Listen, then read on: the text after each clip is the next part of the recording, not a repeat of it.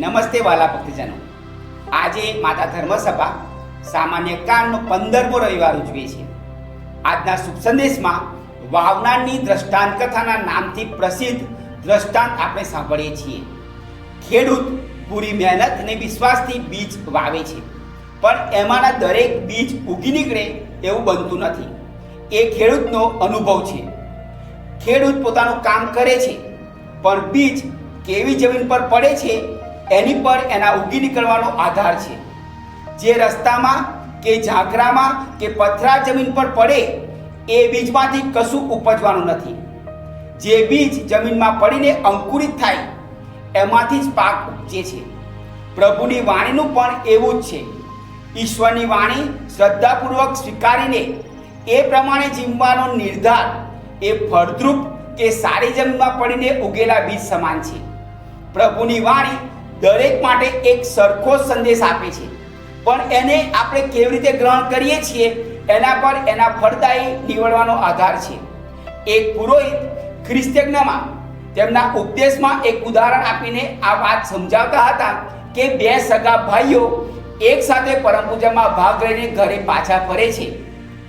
બપોરે જમતી વખતે એક ભાઈ ફાધરના ઉપદેશની ટીકા કરે છે, જ્યારે બીજો ફાધરના ઉપદેશથી ખૂબ આનંદમાં છે અને કહે છે કે આજે મને ફાધરના બોધમાંથી એક નવો સંદેશ મળ્યો.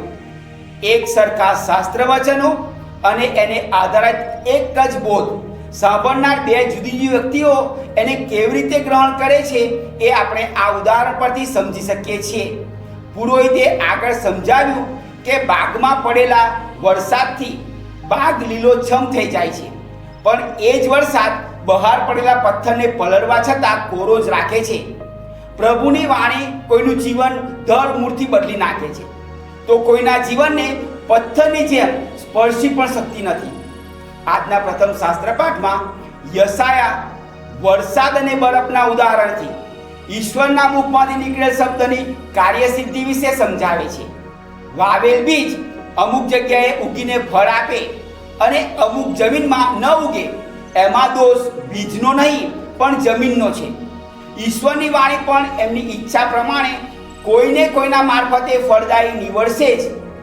ઈશ્વરની વાણીમાં એટલી શક્તિ છે કે તે દુનિયાવી દ્રષ્ટિએ સહેજ પણ યોગ્ય ન હોય એવા અંતરને પણ પીગળાવી દઈને એમની કૃપા થકી એને ઉપજાઉ જમીનમાં રૂપાંતર કરી દઈને એને પોતાનું સાધન બનાવીને પોતાની યોજના અનુસાર તેનો સાધન રૂપે ઉપયોગ કરે છે. પૈગંબર ઇર્મિયાએ તો ઈશ્વરની વાણીને આગ અને ખડકના ચૂરેચૂરા કરનાર ધણ સાથે સરખાવી છે.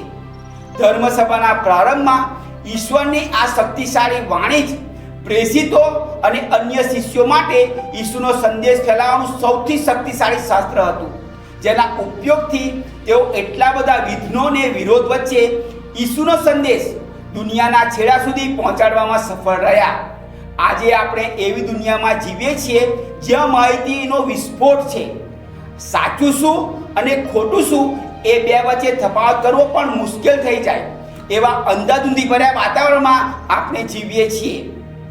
આ વાતાવરણમાં જો આપણે સાવધ ન રહીએ તો ઈસુની વાણી અને પવિત્ર આત્માનો દોરવણી કરતો અવાજ પણ દબાવી દઈ શકે છે.